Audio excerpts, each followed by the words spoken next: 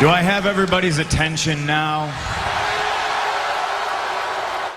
Yo les amis, c'est Catch Attrape, la chaîne on parle catch. Aujourd'hui review de Monday Night Raw du 19 juillet 2021. Et avant de commencer la vidéo, j'aimerais vous demander de liker, de commenter, de vous abonner, de partager. C'est extrêmement important pour le développement de cette chaîne. On va au-devant des 350 abonnés avant la fin juillet les amis.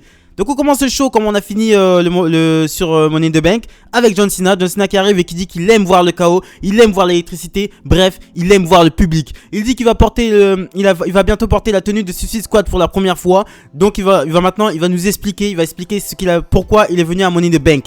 Donc il dit qu'il a ruiné la victoire de Roman Reigns et que Paul Heyman comprenait rien. Il demande pourquoi il est revenu, la raison sont les fans. Il dit pourquoi pour Roman Reigns, il dit pourquoi il est là. Pour le titre universel, il dit quand, dans 4 semaines à SummerSlam, il dit où, à Las Vegas, il dit pourquoi, il dit que Roman Reigns est un trou du cul, que son expérience pathétique a suffisamment duré, qu'il est arrogant, trop grand, trop protégé par sa gimmick, ce qui est vrai, qu'il croit trop forte, en tout cas c'est son avis, et il demande à tout le monde de dire qu'il est bon.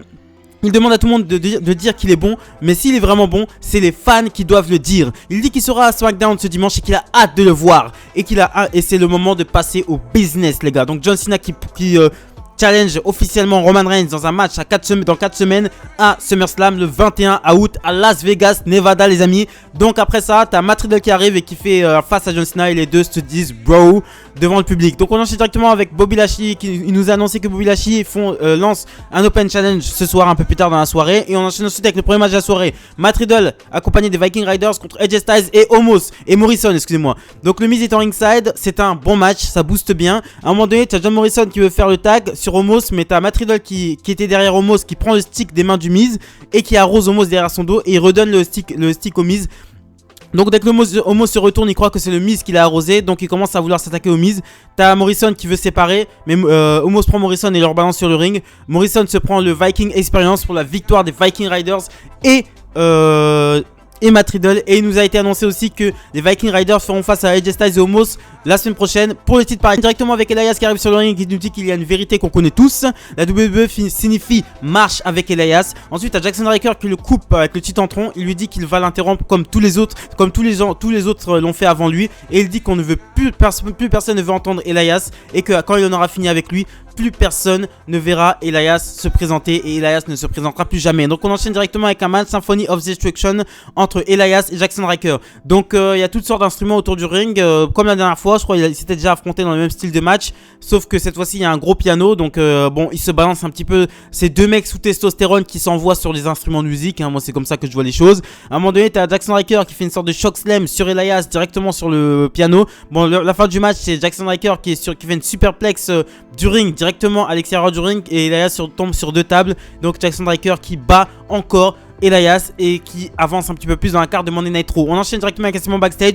T'as Sonya Deville qui est avec Mansour. Sonya Deville lui annonce qu'il fera équipe avec Mustafa Ali la semaine prochaine. Mansour dit qu'Ali a toujours eu raison par le passé et qu'il veut être avec lui pour apprendre de ses leçons. Mustafa arrive et il dit qu'il l'accepte seulement pour cette fois. Donc Sheamus arrive et il demande à Mustafa Ali et Mansour de dégager. Donc il demande pourquoi il doit encore affronter Humberto Carrillo étant donné qu'il l'a battu la semaine dernière alors qu'il avait le nez cassé. Adam Pearce lui répond que répond à Sheamus qu'il a attaqué avant le match Humberto Carrillo la semaine dernière et Sonya Deville poursuit en disant qu'il devrait avoir une vraie chance potentielle de remporter le titre. Sheamus lui dit qu'il devrait se préparer un masque pour le visage parce qu'il va lui écraser. On enchaîne directement avec Charlotte Flair qui arrive sur le ring. Elle nous dit qu'elle se sent bien, qu'elle est devenue la reine. Elle dit que Rhea Ripley n'est qu'une opportuniste. Elle dit qu'elle n'a pas besoin de voler quoi que ce soit et que c'est elle qui crée l'histoire. Ensuite, à la foule qui scande Becky. Charlotte leur dit que Becky est chez elle en train de nourrir au sein alors qu'elle domine la division féminine. Elle dit qu'on a qu'à regarder sur Twitter tous les messages de félicitations qu'elle a reçus. Elle a été 5 fois championne de SmackDown, 5 fois championne de Raw et là elle est encore championne, donc ça fait qu'elle est 11 fois championne de la WWE et elle dit qu'elle peut battre Rhea Ripley tous les soirs. Donc t'as Rhea Ripley qui arrive et qui dit que si elle peut la battre tous les soirs, ça veut dire qu'elle peut la battre aussi ce soir. Charlotte Flair, donc c'est un défi. Charlotte Flair lui répond qu'elle n'est pas du tout en état de se battre vu son genou, donc elle refuse. Sonya Deville et Adam Pearce arrivent et félicitent Charlotte d'abord pour sa victoire et lui disent que Charlotte, vu qu'elle a lancé un défi à Rhea Ripley, tout défi doit être accepté. Donc il y aura un rematch ce soir entre Charlotte Flair et Rhea Ripley pour le titre de la WWE, côté Raw féminin. Donc ensuite à Charlotte Flair qui balance son talon sur la gueule de Rhea Ripley et lui met un coup de pied sur le genou pour conclure ce segment. On enchaîne ensuite avec un match tag team. Tamina et Natty Hart, qui sont les championnes par équipe, font face à Shayna Baszler et Nia Jax, qui sont accompagnés bien sûr de Reginald. Donc très rapidement, victoire de Tamina avec un super kick sur Shayna Baszler. Et ensuite après le match, t'as Nia Jax, Reginald et Shayna Baszler qui sont sur le ring. Et Nia Jax met un coup de tête à Reginald parce que c'est un petit peu la faute à Reginald. Il a voulu intervenir mais l'intervention s'est mal passée comme d'habitude. Donc elle met un coup de tête à Reginald. Donc elle se sépare officiellement de Reginald et elle choisit Shayna Baszler. Donc les deux partent. Et ensuite Reginald est sur le ring, il se fait huer. Et ensuite Akira Tozawa et la team 24/7 qui arrivent sur le ring. Et en fait quand Tozawa arrive sur le ring solo et les autres se cassent la gueule, il y en a un qui se casse la gueule, donc tout le monde se casse la gueule. Et donc il y a un petit match entre, l'arbitre était encore là, donc il y a un petit match entre Tozawa et Reginald. Reginald lui place 2-3 flips, lui place en fait une roulade. En fait il fait vous savez quand il tourne sur lui-même et qu'il fait une sorte de crossbody comme ça. Et ensuite il lui fait une petite roulade sur lui. 1, 2, 3, Reginald devient nouveau champion 24/7. On enchaîne directement avec Humberto Carrillo contre Sheamus. Si Humberto Carrillo gagne ce match, il aura un match pour le titre US. Donc c'était un bon échange qui s'est conclu par la victoire de Sheamus, qui réussit à surprendre Humberto Carrillo avec son Brock Kick pour la victoire. On enchaîne ensuite avec Bobby Lashley et MVP qui sont sur le ring. Lashley qui dit qu'il a détruit Kofi Kingston hier. MVP dit que Kofi Kingston disait que Lashley était distrait par les femmes, la vie, et que c'est vrai. Mais les mots de Kofi Kingston ont allumé un feu dans le champion. Lashley n'est plus vulnérable, la porte est fermée, personne ne peut prendre le titre. Il est champion, il est le champion tout puissant. Il en a terminé avec les femmes, le champagne, les jeux de merde. Maintenant il est revenu au business. Il demande qui va accepter son Open Challenge. Et ensuite, et là, Keith Lee les amis, Keith Lee qu'on n'avait pas vu depuis des mois et des mois fait son retour pour affronter Bobby Lashley dans un Open Challenge. Ça n'a pas été précisé si c'était pour le titre ou pas. Donc Open Challenge, Lashley contre Keith Lee. Bon match, bon échange qui s'est conclu par la victoire de Bobby Lashley. Après le match avec un spear, bien sûr avec un spear. Donc après le match ensuite, alors qu'il est en train de célébrer et il saigne de l'oreille. C'était un bon match, c'était vraiment un bon match. Keith Lee a vraiment fait réussir, il a vraiment une sorte de connexion avec le public. Dès qu'il commence, en fait, je pense que Vince McMahon il veut faire catcher Keith Lee comme un big guy. Alors que Keith Lee, sa spécificité et ce qui a fait son sel, c'est le fait qu'il puisse faire des trucs de malade, des trucs de cruiserweight alors que c'est un super heavyweight. Et à chaque fois qu'il fait des trucs de super heavyweight qui commence à bouger un petit peu, le public est en transe. Donc voilà, je pense qu'il faudrait booker Keith Lee comme il a été booké à NXT et comme on a connu Keith Lee et comme tout le monde veut voir Keith Lee. Et remettez-lui sa musique Fight to the Glory là parce que c'est pas possible, sa musique de merde. Et arrêtez de lui faire... ils lui font catcher un petit peu trop lentement. Moi j'aurais voulu qu'il catche un petit peu plus rapidement. Ça se voit sur le ring, il est bridé. Il est vraiment bridé et ça commence vraiment à me casser les couilles de voir un catcheur aussi talentueux que Keith Lee qui peut devenir vraiment le top face de la compagnie s'il est bien booké comme une merde comme ça et faire des trucs. Le match avec Lashley était bon, hein, mais s'il aurait été un peu plus, si ça aurait été le vrai Keith Lee que j'ai connu à NXT et dans les ligues indépendantes, ben ça aurait été un match de fou furieux. Donc Lashley est en train de célébrer et là Goldberg fait son entrée. Goldberg arrive, il arrive et il fait face à Bobby Lashley. Là, t'as le public, il est en feu. Bobby Lashley est prêt à se battre contre Goldberg. MVP vient séparer. Et ensuite, Goldberg lui dit tout simplement: tu es le prochain. Donc, officiellement, Bobby Lashley fera face à Goldberg à SummerSlam. Bobby Lashley qui est on fire. J'aime voir Bobby Lashley comme ça. C'est ce Bobby Lashley que je veux voir. C'est pas le Bobby Lashley qui venait avec des femmes et le champagne et puis qui faisait des MVP Lounge, qui mettait des costumes qui étaient bien trop grands pour lui. C'est un Bobby Lashley comme ça que je veux voir. Vaillant, combattant, dangereux. C'est ça que je veux voir. Et ensuite, un petit segment backstage à Kevin Patrick qui demande à MVP s'il va répondre au défi. MVP dit que c'est un gros manque de respect et que cela ne mérite pas une réponse. Nous enchaînons ensuite avec Jinder Mahal qui arrive sur le ring avec Ver et Shanky. Il nous annonce que c'est son anniversaire. En plus que Drew McIntyre n'a pas la mallette, il lui a volé des chances, donc il lui a pris la sienne. Il nous dit que notre guerrier écossais du Thunderdome n'aura plus jamais de chance au titre de WWE tant que la Chine sera champion et que c'est le moment de célébrer. Donc t'as Shanky qui commence à chanter joyeux anniversaire, mais t'as Drew McIntyre qui arrive par derrière, qui met un gros coup de chaise à Jinder Mahal. Et ensuite il commence à mettre un gros coup de chaise à Shanky. Jinder Mahal et Ver réussissent à prendre la fuite. Et ensuite Drew McIntyre enchaîne Shanky de coups de chaise, hein. Il a carrément des traces dans le dos. Il le dégomme avec 20 coups de chaise. Donc une rivalité a été lancée entre les deux anciens membres de 3MB. Donc Drew McIntyre fera sans doute face à Jinder Mahal à SummerSlam. Et cette rivalité m'intéresse un petit peu parce qu'il y a une grosse histoire entre les deux. Raw commence à être bien écrit. Voilà, c'est assez dommage qu'il qu'il faut qu'il y ait des stars pour qu'un Raw soit bien écrit. Mais voilà, donc très intéressant de voir comment cette rivalité va évoluer. Donc début, ce sont des gros débuts. Il y avait des gros débuts qui avaient été annoncés. J'avais annoncé qu'il allait avoir en commentaire, j'avais annoncé à un abonné qu'il allait avoir des gros débuts cette semaine à NXT, à Monday Night Raw. Karrion Kross, le champion NXT, fait face à Jeff Hardy. Donc le match n'est pas pour le titre. Donc Karrion Kross, Jeff Hardy arrive sur son ancien thème. Le public pop à mort. J'étais grave content de voir arriver sur son ancien thème. Début de Karrion Kross sur Monday Night Raw. Donc Karrion Kross ne catch pas du tout comme à NXT. Là par contre c'est le contraire de Keith Lee. Keith Lee trop lent, Karrion Kross trop pressé. Le mec trop pressé, trop pressé. Le mec il avait pas la même aura qu'à NXT. On aurait dit un catcheur lambda tout pourri. Il avait pas la même aura, il y avait un truc qui n'allait pas. Et vraiment, en fait, à mon avis, ils ont été pressés par le temps. Ils ont dit maintenant, tu vas vite, tu vas vite, tu vas vite. Et ça n'allait pas du tout. Le match ça prenait trop son temps, ça allait trop vite. En fait, il a fait que des Saito souplex. À un moment donné, il a voulu. Jeff Hardy était dans le coin opposé. Là, il s'est précipité sur le coin opposé. Jeff Hardy a esquivé, il s'est bouffé le poteau de corner. Il s'est empalé sur le poteau de cornering. Jeff Hardy lui a placé un twist and fate. Et ensuite, il a tenté sur Sweaton qui a été esquivé. À un moment donné, t'as Karrion Kross qui bloque Jeff Hardy dans le coin de ring pour lui mettre des coups. En fait, il bloque Jeff Hardy dans le coin de ring. Il monte sur la seconde corde pour le bloquer. Il veut lui mettre des coups. Mais Jeff Hardy le prend en powerbomb. Et en fait, quand il le prend en powerbomb, il le bloque par terre. Il le bloque au sol pour lui faire le compter. Et il met les pieds sur les cordes. 1, 2, 3. Donc 379 jours, je crois, d'invincibilité de Karrion Kross.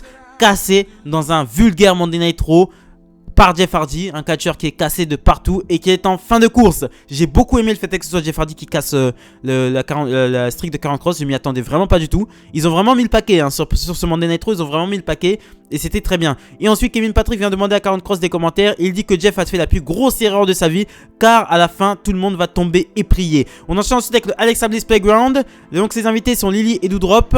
Lily, Doudrop et Eva Marie. Donc elle promet que les choses vont bien se passer avec Lily.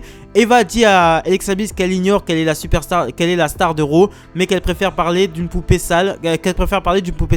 Alexa Bliss lui dit que c'est une mauvaise idée d'insulter Lily. Eva Marie lui répond que Doudrop pourrait balancer Lily dans les ordures où elle doit être. Alexa Bliss lui dit qu'elle espère qu'elle ne le fera pas parce que elle dit que Alexa Bliss lui répond qu'elle devrait peut-être envoyer Doudrop au coin pour voir ce qu'Eva Marie pourrait faire sans elle. Eva Marie lui dit qu'elle perd encore son temps et elle part. Et ensuite en partant elle se casse la gueule, mais Doudrop la récupère et Alexa Bliss et Lily rigolent. Donc on enchaîne directement avec le main event of the evening.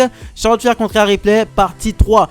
Donc Rhea Ripley est blessée à la jambe gauche, mais elle arrive quand même à faire le taf. Donc tu as Charlotte Flair qui bosse exclusivement sur la jambe gauche de Rhea Ripley pour pouvoir lui placer son figure 8. À un moment donné, t'as Rhea Ripley qui réussit à placer son riptide sur Charlotte Flair, mais au moment où elle fait le compter, Charlotte Flair a l'intelligence de mettre le pied sur la corde. Donc après ça, Charlotte Flair en a marre, elle reprend le titre, elle se barre et quand Rhea Ripley veut l'arrêter, elle lui met un coup de ceinture. Donc Rhea Ripley gagne par disqualification. Et ensuite t'as Charlotte Flair qui monte sur le ring pour célébrer son titre. Et ensuite t'as Rhea Ripley qui attaque Charlotte Flair et qui met le riptide à l'extérieur du ring. Et quand elle lui met le riptide à l'extérieur du ring, nous avons Nikki Ash qui arrive. Nikki Ash qui est la Mrs. Money in the Bank. Donc Rhea Ripley remet Charlotte Flair vite fait sur le ring. Nikki Ash lui passe un crossbody pour la victoire. Donc Nikki Ash qui devient championne d'Euro.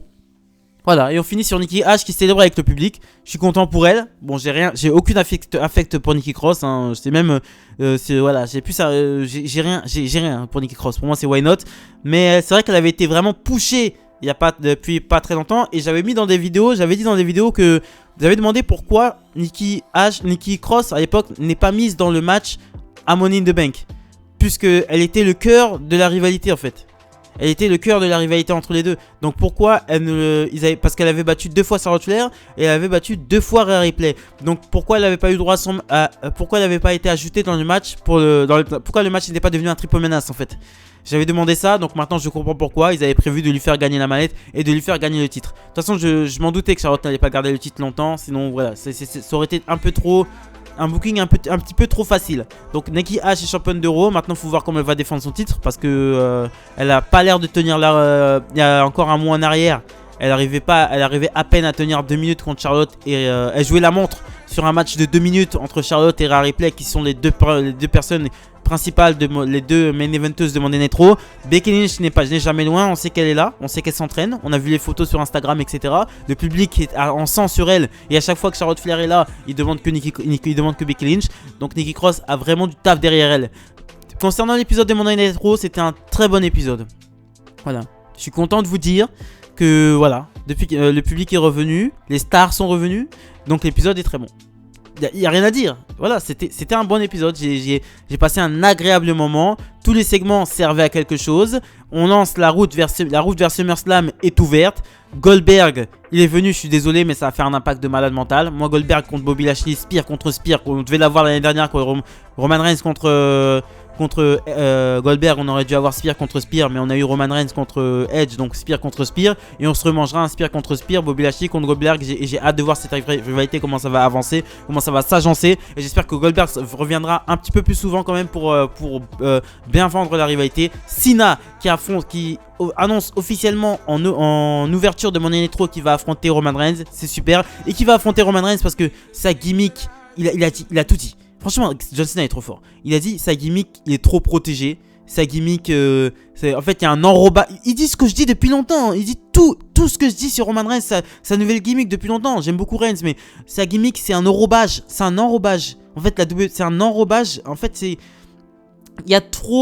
trop mis en scène, en fait, si vous voulez. C'est trop mis en scène. Tout est fait pour lui. Tout est fait pour lui. Voilà. Alors que normalement, il doit savoir capter le public avec un micro, comme CM Punk en 2013, tu vois. Il était heel, mais le mec, à chaque fois qu'il faisait une promo, laisse tomber, quoi. Le mec, il arrivait, en fait, tu aurais pu le mettre sans rien, sans Paul Heyman, sans rien, il aurait réussi quand même son heel turn, tu vois. Donc voilà. Voilà, c'est ce que je pensais du Monday Night Raw. Excellent épisode. Abonnez-vous, likez, commentez les gars. Abonnez-vous à balle les amis. On y est presque aux 350 abonnés. Likez, commentez. Extrêmement important pour le développement de cette chaîne. Salut les amis et bonne journée.